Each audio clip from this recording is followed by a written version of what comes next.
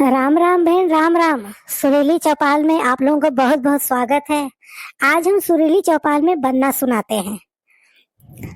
दान दिया जाए, दहेज दिया जाए, फिर भी लड़के वालों का मुंह टेढ़ा हुआ जाए।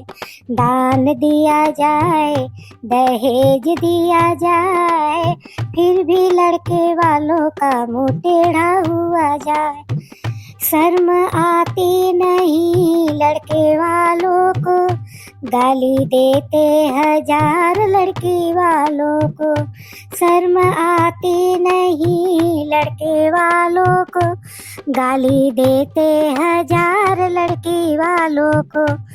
गाली बाबा सहे, गाली दादी सहे, मजबूरी में। दान दिया जाए, दहेज दिया जाए, फिर भी लड़के वालों का मुंह टेढ़ा हुआ जाए।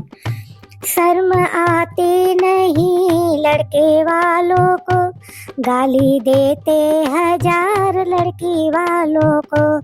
शर्म आती नहीं लड़के वालों को, गाली देते हजार लड़की वालों को। गाली पापा सहे, गाली मम्मी सहे, मजबूरी में।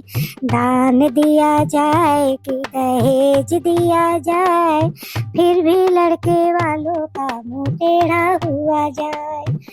शर्म आती नहीं लड़के वालों को, गाली देते हजार लड़की वालों को।